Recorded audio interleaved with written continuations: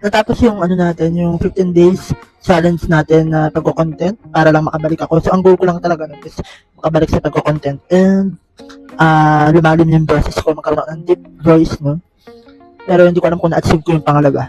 Pero right now, nagtuloy-tuloy talaga yung content ko and after ng 50-day challenge ko ng pagko-content, naglabas ako ng ng mga content about affiliate marketing, no? About sa pagbebenta ng mga products dito sa Black App. Okay, so sa Blue App wala ako masyado na-upload. So, ibabalik natin yung 15-day challenge ulit. Okay, para may ma-upload ako sa Blue App. Kasi napansin ko na marami rin pala mga nakikinig sa mga pinagsasabi ko na hindi ko alam kung may sense o hindi ko alam kung may value ba kayo napapulot sa akin. Pero thank you sa mga nakikinig kasi na-expect ko talaga na ang mga ganitong content ko is nasa 200 to 300 views lang per video. Pero nagulat ako kasi may mga content ako na umaabot ng 600, 700, meron pa ako umaabot ng 1,000. So, why not? Try natin ulit ibalik, diba?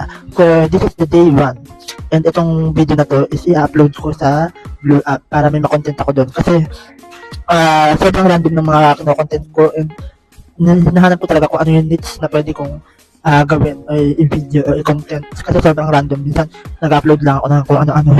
Kaya, kung gusto nyo ng mga business tips, kung gusto nyo ng mga about trading tips, meron akong page for that, meron akong different accounts for that.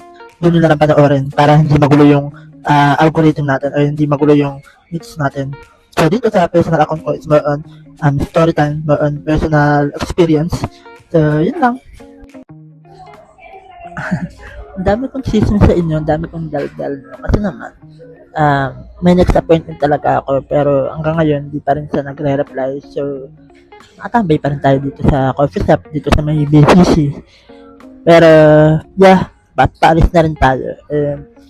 Sobrang feel ko talaga ang movement this past 2 weeks. Feeling ko na full tank talaga yung love language ko, which is words of affirmation.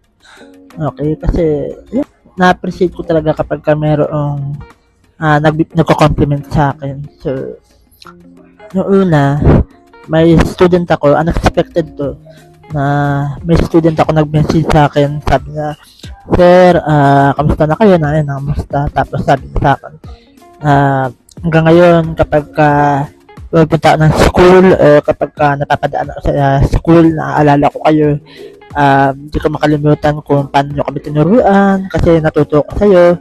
Yan, so, hirap daw sa dati sa math pero natulungan ko daw sa tapos basta as a teacher sobrang fulfilling nun na meron kang estudyante na naaalala ka pa rin hanggang ngayon at baon-baon pa rin nila yung tinuro mo sa kanila. Tapos today grabe yung compliment ni Doc sa akin. So sabi niya maganda daw yung ilong ko, asset ko daw yan. For sure marami daw na-attract sa ilong ko, which is somehow totoo naman. Marami talagang may gusto ng ilong ko and sabi niya kung iniisip mo na bulol ka mahaba yung baba mo, kasi feeling ko yun naman talaga na mahaba yung baba ko. Sabi niya hindi, may kailangan lang ayusin, may kailangan lang tayong gawin para improve yan and mas maging maayos yung pagsasalita mo. Tapos basta compliment niya ako, natutuwa ako kay Doc na alam mo yun, sabi niya sa akin may improve pa yan, hindi yan yung worst case na encounter ko na pagdating sa bibig, kasi nga oral surgeon siya, diba? So sabi niya magagawa niya ng paraan and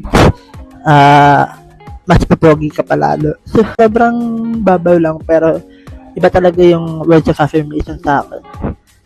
Hi guys, so hindi ko alam kung naririnig niyo ako ngayon pero right now nandito ako ngayon sa Forbes, dito banda tanto sa may San Antonio Plaza, sa may BGC to be exact.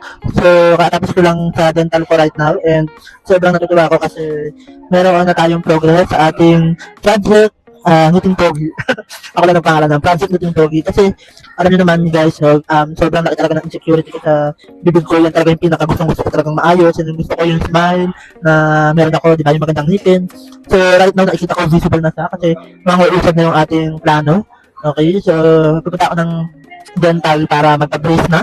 So, update ko kayo kung nagawa na ako, pero magpa-schedule muna ako. Kasi right now, kaya ako nandito ngayon sa San Antonio Plaza, nagpa-check up naman ako sa oral surgeon. Okay, so, I thought na makakaroon ng surgery, pero grabe, nabait si Doc. Pero yung other way or other options na pwede natin i-consider para mas gumanda at magkaroon ng improvement yung bibig natin. So, yun, sobrang God is good. And right now, nandito ako sa Starbucks. Yan.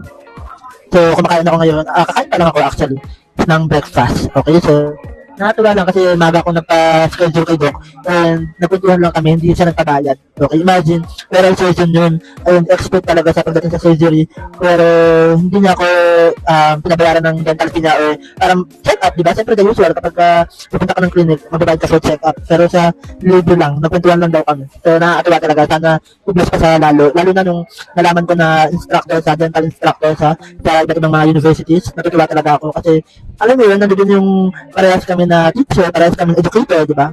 So, yun.